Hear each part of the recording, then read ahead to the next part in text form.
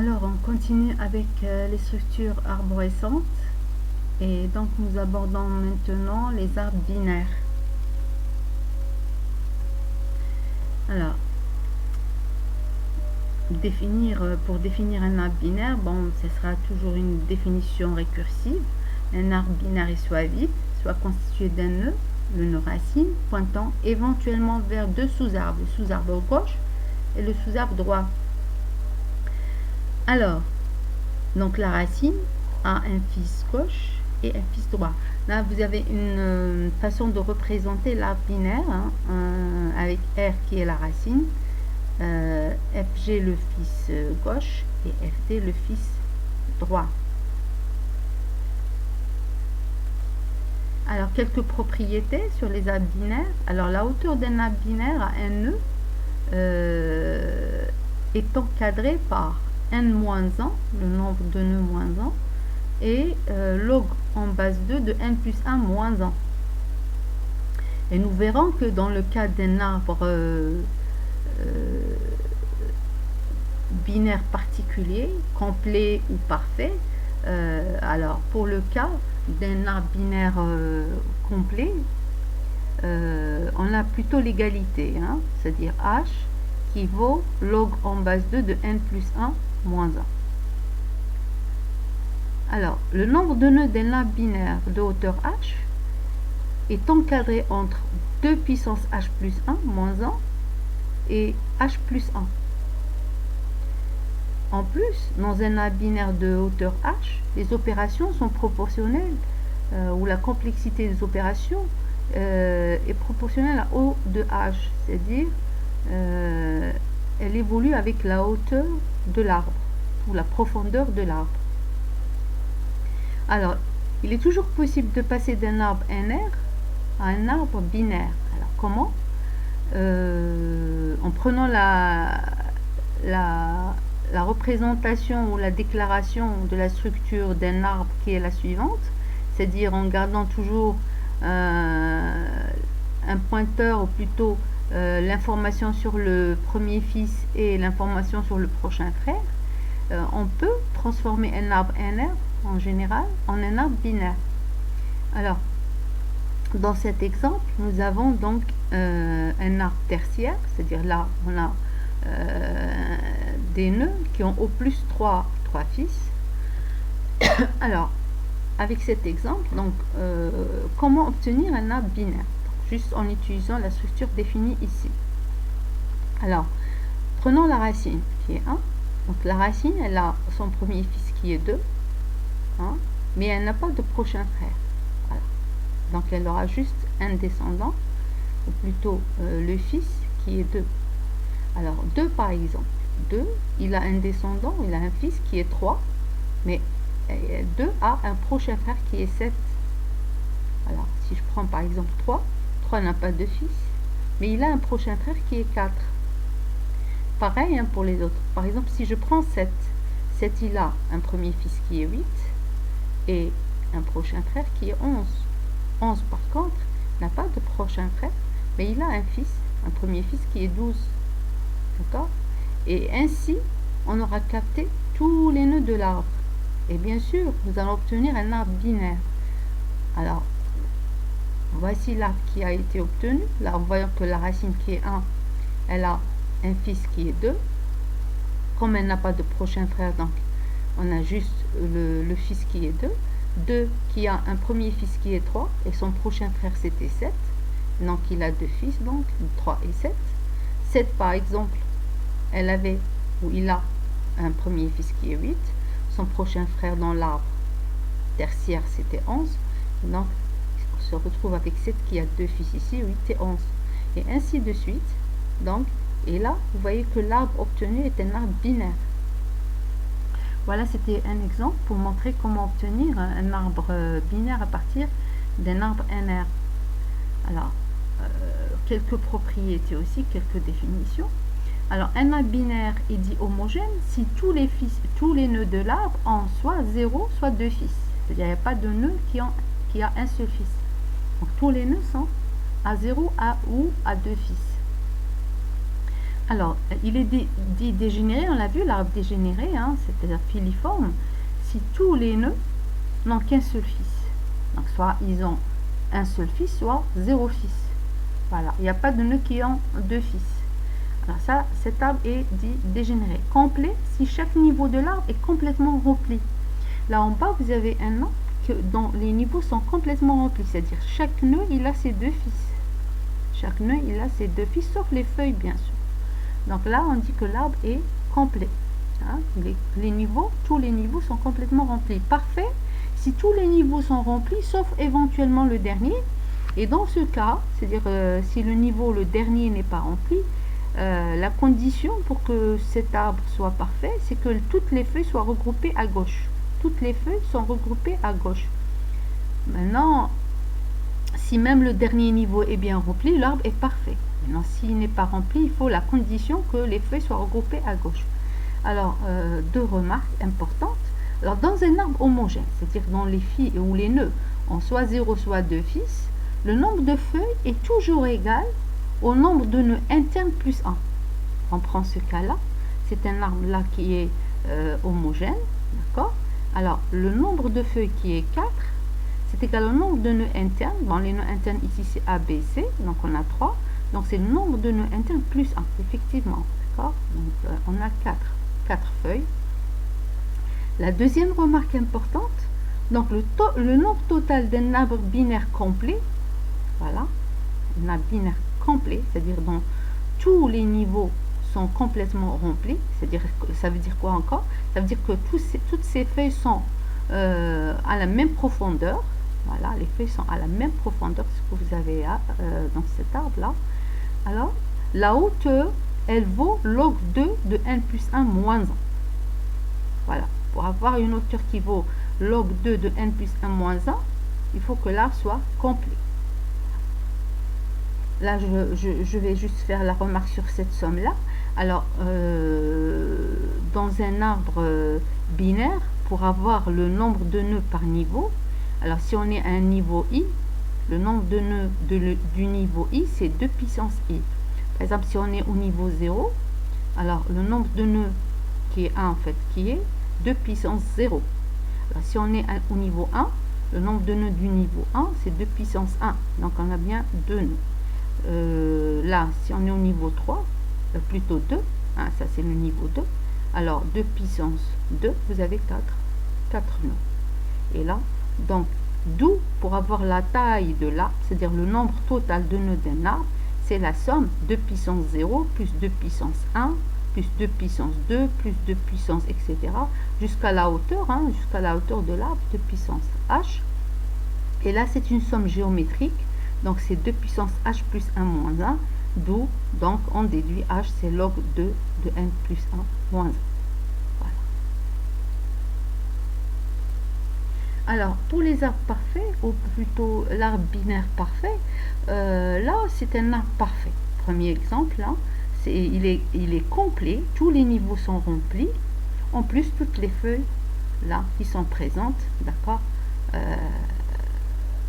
sont à gauche si vous voulez, donc comme les niveaux sont remplis, le problème ne se pose pas. L'arbre, le deuxième arbre, il est parfait mais incomplet. Alors incomplet pourquoi? Là, le dernier niveau, il n'est pas rempli, il n'est pas complètement rempli, mais la condition pour qu'il soit parfait, elle est là, hein, elle est réunie, toutes les conditions sont réunies. Alors donc les feuilles sont regroupées, toutes les feuilles sont regroupées à gauche. Donc c'est un arbre parfait mais incomplet. Alors le troisième arbre, il est non parfait. Pourquoi?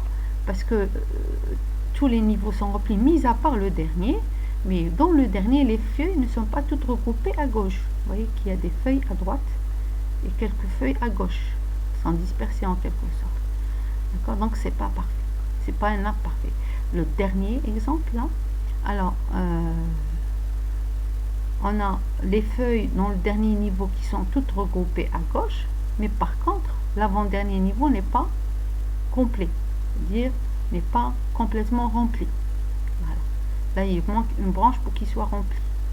Voilà. Donc, l'avant-dernier niveau, n'est pas complètement rempli, donc ce n'est pas un arbre parfait.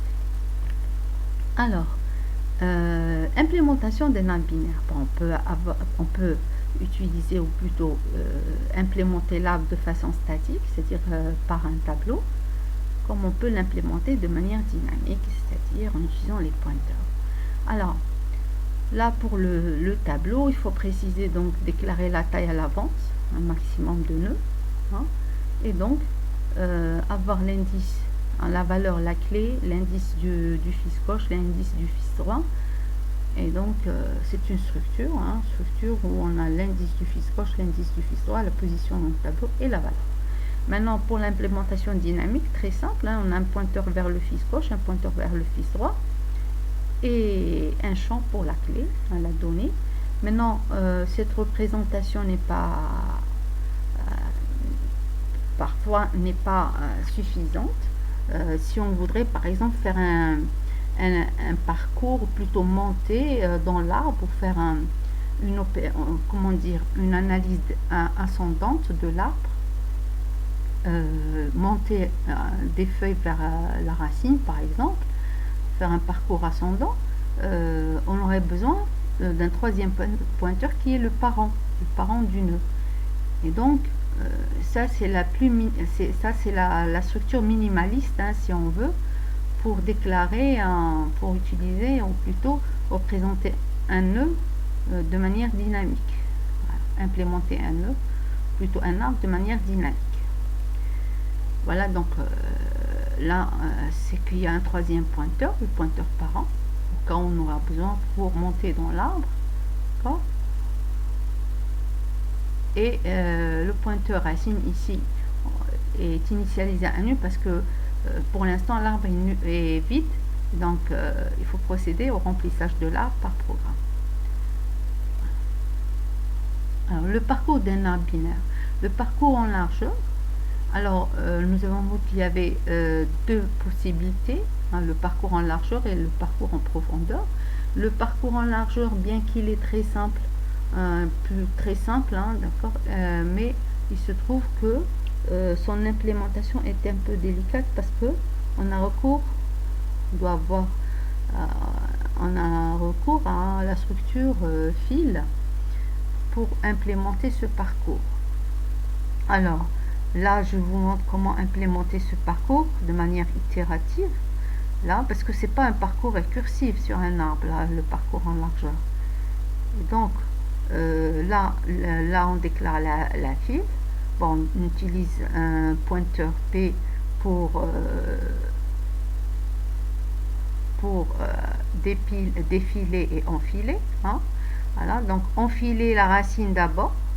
Tant que la file n'est pas vide, défiler donc le pointeur, qui est en fait la racine, parce que c'est la racine qui a été enfilée, et afficher ou traiter donc la valeur de ce pointeur là, et enfiler le fils gauche de ce pointeur, puis enfiler le fils droit de ce pointeur.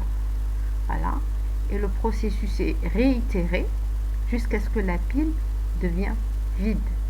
Alors parce que le parcours en largeur, c'est le parcours par niveau. Voilà, à chaque fois on enfile le nœud en question, on le traite et on continue. Voilà. Là vous avez la structure de la file, je la rappelle ici.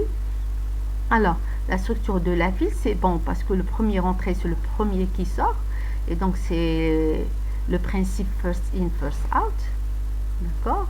Et je vais vous montrer que en fait pour les parcours en profondeur, bien sûr ils sont récursifs, donc ils peuvent être implémentés de manière aisée par des fonctions récursives. Mais au cas où on voudrait donc donner leur version en itérative, on a recours parfois aussi à la structure pile ou fil selon le parcours. Là ici vous avez donc le parcours en profondeur, vous avez en plus du parcours préfixé et postfixé, on a le parcours infixé qui est propre aux arbres binaires, qui est spécifique aux arbres binaires. Alors le parcours en ordre ou infixé, c'est parcourir le sous-arbre gauche, puis le sous-arbre droit pour finalement traiter la racine. traiter le nœud en cours. D'accord? Donc là, vous avez la fonction, un parcours infixé.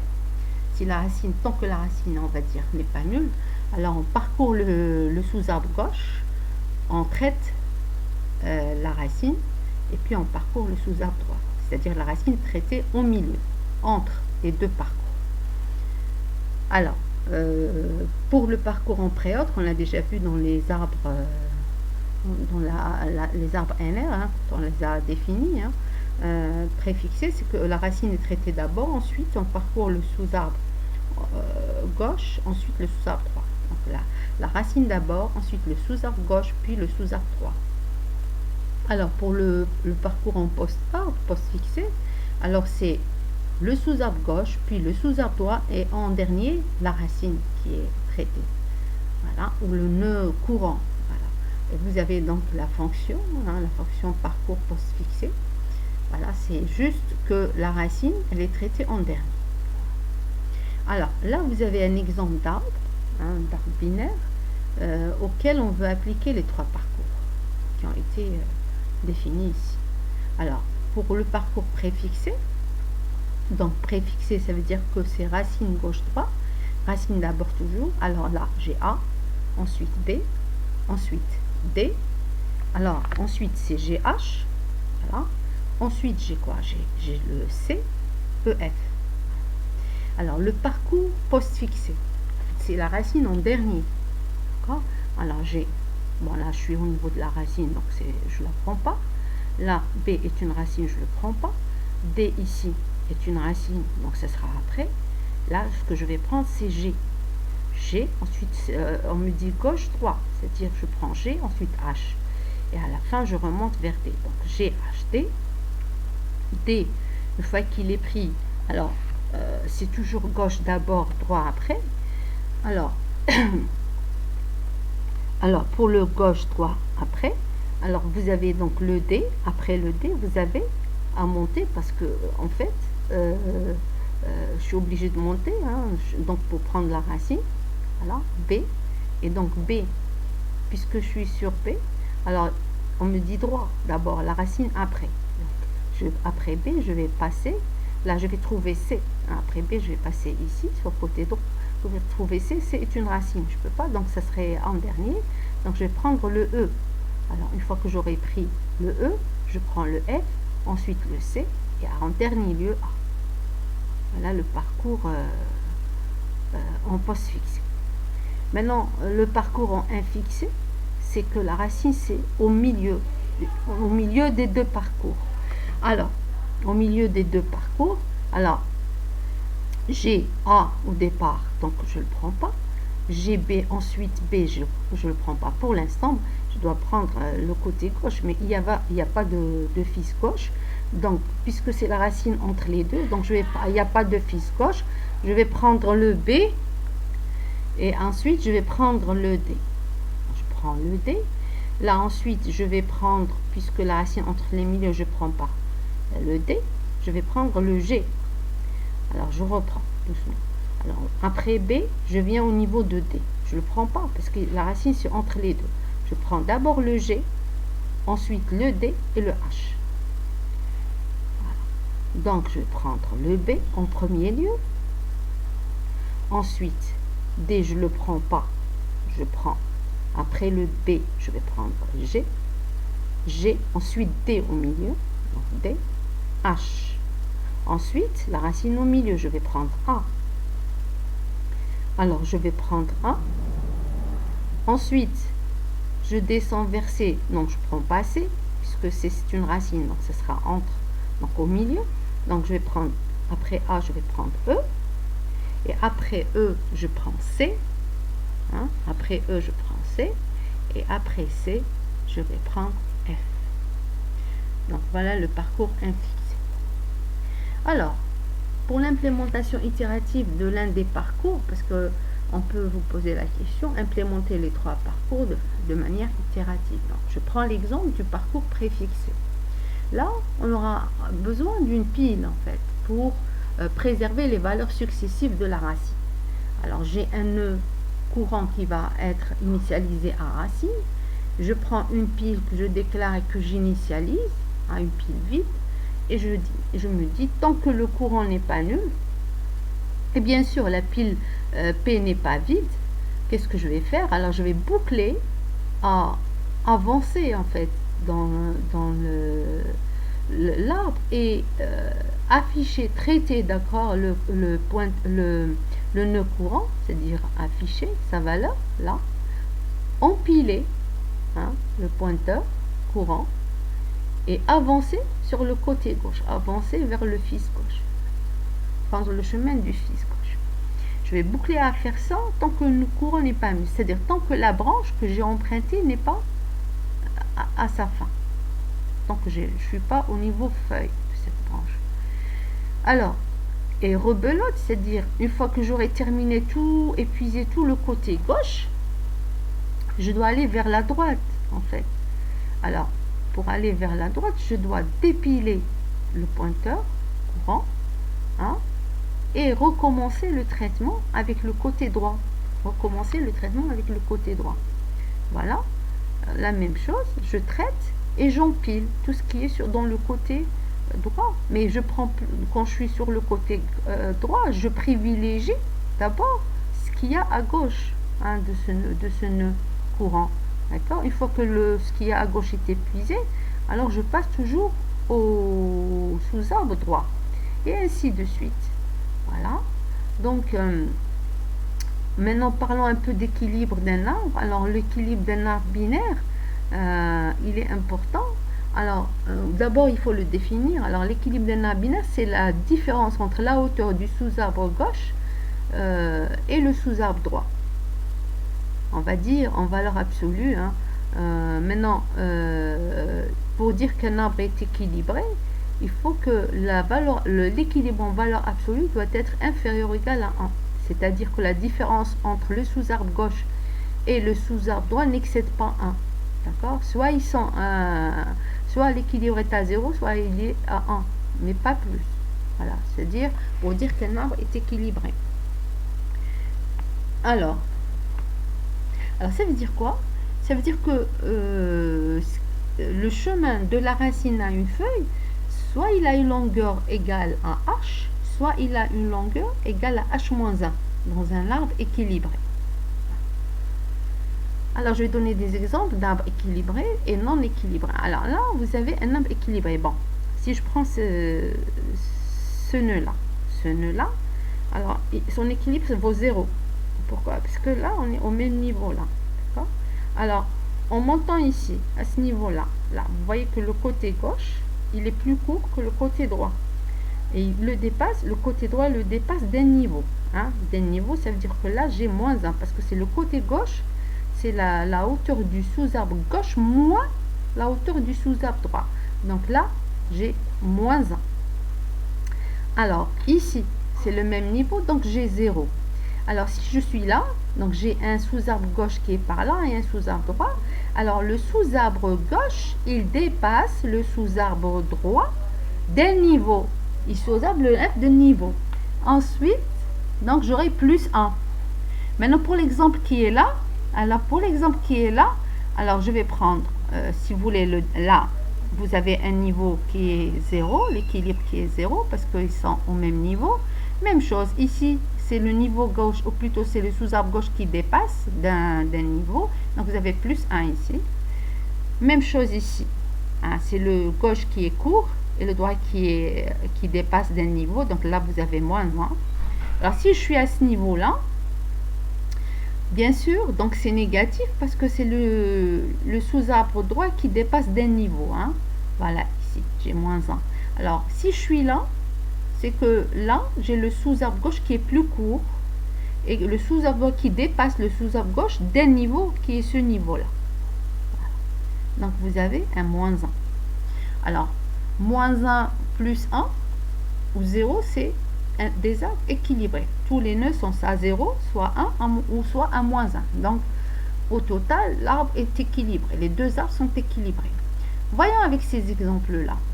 Alors, le troisième exemple ici, on a, par exemple, juste à ce niveau-là, ça apparaît, hein, l'arbre n'est pas équilibré du tout. Alors, par exemple, à ce niveau-là, le sous-arbre droit, il est dépassé par le sous-arbre gauche de combien de niveaux? De 2 niveaux. Alors, voilà le premier niveau, voilà le deuxième niveau. Voilà, donc, c'est pour ça que c'est plus 2. Voilà. Pareil ici, je suis là. Alors là, il est plus court, le sous-arbre gauche, et le sous-arbre droit le dépasse de 3 niveaux. Et donc là, j'aurai moins 3. Voilà, et donc l'équilibre total, c'est plus 4, et donc c'est un arbre complètement déséquilibré. Hein. Alors là, même chose, hein, vous pouvez déduire facilement que, déjà là, ça se voit, hein, vous avez un sous-arbre gauche qui est là, qui dépasse. Mais à ce niveau-là, déjà, au niveau de 2, il y a un nœud, là. Hein. Par rapport à ce nœud-là, le sous-arbre gauche, hein, dépasse le sous-arbre droit de 2 niveaux. Voilà le premier, voilà le deuxième. Donc déjà, on a un nœud dont l'équilibre n'est pas 1 ou moins 1, ni 0 d'ailleurs. Hein. Donc vous avez un plus 2. Donc déjà, c'est suffisant pour dire que l'arbre n'est pas équilibré. Alors, quelques exercices. Par exemple, là, si on veut tester si un nœud est une feuille, hein, quelques exercices avec les arbres binaires. Tester si un nœud est une feuille, c'est une fonction booléenne. Alors, c'est tester si il n'a ni fils gauche, ni fils droit, bien sûr. Alors, calculer la taille d'un arbre, c'est juste compter le nombre de nœuds d'un arbre. Alors, si c'est une racine, donc ça veut dire, si la racine est nulle, ça veut dire que c'est un arbre vide, donc la taille c'est 0. Sinon, déjà on compte la racine, hein, on est au niveau de la racine, donc elle existe, il y a un nœud racine, donc c'est 1 plus la taille du sous-arbre gauche, plus la taille du sous-arbre droit. Voilà. C'est récursif.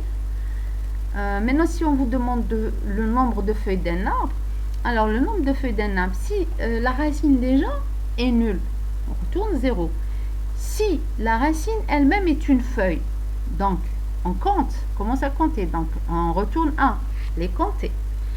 Et sinon, si c'est pas une feuille, je descends dans l'arbre pour chercher et compter les feuilles qu'il y a. Donc, je descends dans le sous-arbre gauche, hein, et je somme, hein, avec les feuilles, le nombre de feuilles du sous-arbre droit.